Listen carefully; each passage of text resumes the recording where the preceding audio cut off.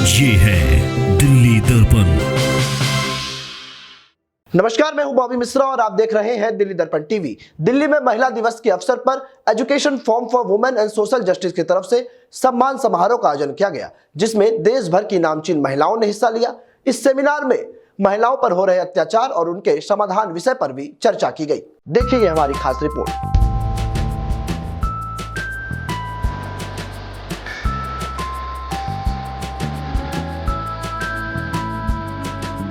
मैं दुर्गा हूँ, मैं लक्ष्मी हूँ, मैं ही तो माँ काली हूँ। नजर उठा के देख ले बंदे, संसार को रचने वाली हूँ।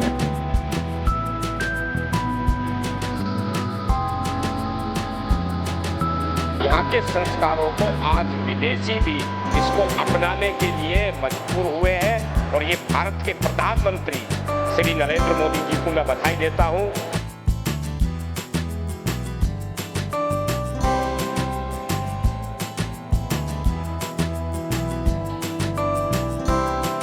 के लिए जो उन ग्रामीण क्षेत्रों में जाकर जब वो काम करती हैं और ऐसे एक महिला होने के नाते उनको एक अस्तित्व की लड़ाई लड़नी पड़ती है। आज उन महिलाओं को सम्मान करके मुझे बहुत अच्छा लगा, बहुत अच्छा लगा।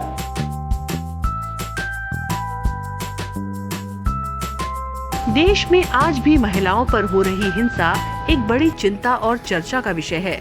मौका अगर अंतर्राष्ट्रीय महिला दिवस का हो तो ये विषय मंथन का भी हो जाता है कि गर्ल चाइल्ड पर हो रही हिंसाओं का आखिर समाधान क्या है।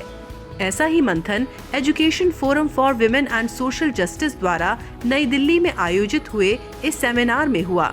नई दिल्ली में हुए इस सेमिनार में देश के अलग अलग प्रांतों से आई उन महिलाओं को भी विशेष रूप से सम्मानित किया गया, जिन्होंने अलग अलग क्षेत्रों में उल्लेखनीय उपलब्धियां हासिल की हैं।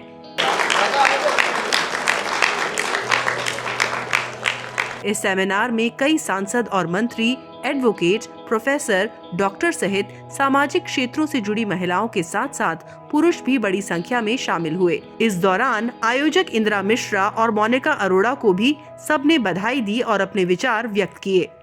वो संस्कृति जो है वही नारी का सम्मान है, नारी की इज्जत है, नारी का सशक्तिकरण है। हमारे प्राचीन काल से भी आप देखते आ रहे होंगे कि नारी का प्राथमिकता से नाम आना, यानी कि एक उदाहरण देता हूँ, जैसे भगवान राम का तो किसके पुत्र थे? कौशल्या के पुत्र थे। भगवान परशुराम जी किसके पुत्र थे? माता रेणुका के पुत्र थे। तो ये पहले से नारी का नाम प्रथम श्रेणी में आता है। और नारी और पुरुष दोनों एक रथ के दो पहिए हैं, दोनों को साथ चलना होता है। और उस संस्कृति को बचाने को लेकर के नारी यानी कि बहनों का बड़ा काम होता है, रोल होता है। देखिए, मैं सबसे पहले तो जो हमारे ऑर्गेनाइजर्स हैं, इंदिरा जी हैं, मोनिका जी हैं, इनको मैं बहुत इस बात के लिए बधाई देना चाहती हूँ कि इन्होंने जो है सभी उन महिलाओं को चुना है जिन्होंने अपने अपने फील्ड में, अपने अपने क्षेत्र में कुछ ना कुछ अच्छा काम किया है। उनको यहाँ पे अवार्ड देने के लिए यहाँ पर उनको बुलाया गया है। और इसके साथ साथ अलग अलग क्षेत्र में महिलाएं जो हैं, बच्चियाँ भी बहुत अच्छा परफॉर्मेंस जो है उनका भी हमें देखने को मिला। और एक बच्चियों के अंदर एक अलग सी तरह की एनर्जी हमें देखने को मिली। तो मुझे लगता है कि इस तरह से अंतर्राष्ट्रीय महिला दिवस पर ये सबसे बड़ा सम्मान महिलाओं का है कि अगर हम उन महिलाओं को सम्मानित करें जिन्होंने अपने अपने क्षेत्र में कोई काम किया है, क्योंकि उन महिलाओं को सम्मान देने से जो दूसरी महिलाएं हैं, दूसरी बेटियां हैं, बच्चियां हैं, उनको भी प्रेरणा मिलती है। इस मौके पर अलग अलग राज्यों से कलाकारों ने मंच पर अपनी शानदार प्रस्तुतियां दी। सभी वक्ताओं ने ये स्वीकार किया कि आज महिलाएं पुरुषों के साथ कंधे से कंधा मिलाकर हर क्षेत्र में सफलता का परचम लहरा रही हैं। इस समारोह में जिन महिलाओं को सम्मानित किया गया, उन्होंने विषम और कठिन परिस्थितियों में खुद को सक्षम बनाकर अलग अलग क्षेत्रों में पूरे जज्बे और जुनून के साथ काम किया। नाम डॉक्टर आभा प्रधान है। मैं ऑक्यूपेशनल थेरेपिस्ट हूँ। ऑक्यूपेशनल थेरेपिस्ट का मतलब होता है एक किसी भी बच्चे या इंसान के व्यवसाय को देखना। हम स्पेशल बच्चों के साथ काम करते हैं और उन बच्चों के साथ काम करते हैं जो पैदा हुए और किसी भी इंजरी की वजह से वो अपने काम में सक्षम नहीं है। जैसे वो बच्चे चल नहीं सकते, बैठ नहीं सकते, सुन नहीं सकते। उनमें बहुत से बच्चे होते हैं जो देख भी नहीं पाते।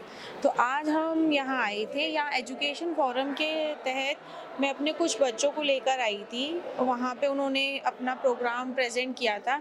वो बच्चे सुन भी नहीं सकते थे मगर आज एक गाने पे डांस कर रहे थे।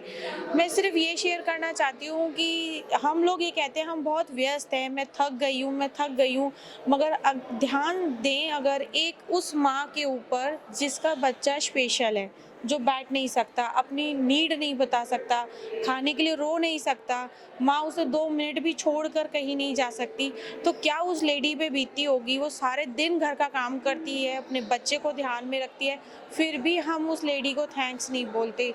तो मैं सिर्फ मैसेज ये देना चाहती हूँ कि हमें अपने स्पेशल बच्चों की मदर्स के बारे में भी सोचना चाहिए, और इन मदर्स को अगर हम सपोर्ट नहीं करेंगे तो ये आगे नहीं बढ़ पाएंगी। हमें मिलकर मम्मियों को आगे बढ़ाना है और बच्चों को आगे बढ़ाना है। तो महिला होने के नाते वो जो सम्मान सबने मुझे यहाँ दिया, उसके लिए मैं डॉक्टर इंदिरा के लिए बहुत आभारी हूँ। और उनकी जो एजुकेशन फोरम है उसमें उन्होंने हर एक की एक जगह बना रखी है। मेडिकल की एक जगह है, एजुकेशन की एक जगह है, क्राइम की एक जगह है। ऐसे ही उन्होंने उसमें एक सेल बना दी है स्पिरिचुअल, जिसको मैं लीड कर रही हूँ। और उसमें महिलाओं को पीस करना, महिलाओं के ऊपर काम करना, उनकी जो फ्रस्ट्रेशन लाइफ से है, थकान है, जिसको वो रात दिन जीती हैं पर किसी को बोल नहीं पाती, ऐसी जगह पर आकर वो कैसे अपने आप को शांत करें। Education forum for women and social justice अलग अलग विषयों पर अपनी अलग अलग शाखाओं के माध्यम से वर्ष भर पूरे देश में सक्रिय रहती है। अंतर्राष्ट्रीय महिला दिवस पर यह आयोजन महीने भर चलता है। संस्था की संस्थापिका इंदिरा मिश्रा ने कहा कि महिला सशक्तिकरण तभी संभव है जब महिलाएं खुद को सशक्त करें। महिलाओं को बुलाया है और देश के कोने कोने में से ये आई हैं, महाराष्ट्र से, बिहार से, राजस्थान, कर्नाटका। मतलब मेरे पास तो शब्द नहीं है उन महिलाओं के लिए जो उन ग्रामीण क्षेत्रों में जाकर जब वो काम करती हैं, और ऐसे एक महिला होने के नाते उनको एक अस्तित्व की लड़ाई लड़नी पड़ती है। आज उन महिलाओं को सम्मान करके मुझे बहुत अच्छा लगा, बहुत। हाँ, महिला सशक्तिकरण की चर्चा तो होनी चाहिए, लेकिन ये बात ना अलाइन होनी चाहिए। रिसर्च पॉलिसी पे भी काम होना चाहिए, एडवोकेसी पे भी काम होना चाहिए, और जो ग्राउंड है वहाँ पे भी इसका इम्प्लीमेंटेशन पे भी काम होना चाहिए। तब जाकर महिला सशक्तिकरण नहीं, महिला सशक्तिकरण से पहले, जैसे हमारे गांधी जी ने बोला था, महिला स्वशक्तिकरण। पहले स्वयं को सशक्त करिए, फिर आप लोगों की आवाज बन सके। इस सेमिनार में पहुंचे प्रमुख वक्ताओं ने कहा कि प्रधानमंत्री नरेंद्र मोदी के बेटी बचाओ बेटी पढ़ाओ अभियान की चर्चा पूरी दुनिया में हो रही है। आज दुनिया भर में महिला सशक्तिकरण के साथ साथ भारत की संस्कृति और संस्कारों का भी डंका बज रहा है। दुनिया में आज चर्चा भारतीय नारी की दुर्दशा की नहीं, बल्कि उसके दमखम की होने लगी है।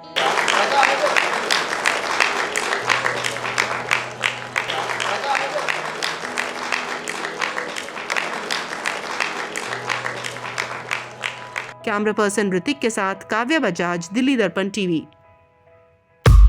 लेटेस्ट खबरों के लिए सब्सक्राइब करें हमारा YouTube चैनल या फिर लॉग ऑन करें www.delhidarpantv.com। खबरों की कवरेज और विज्ञापनों के लिए संपर्क करें इस नंबर पर।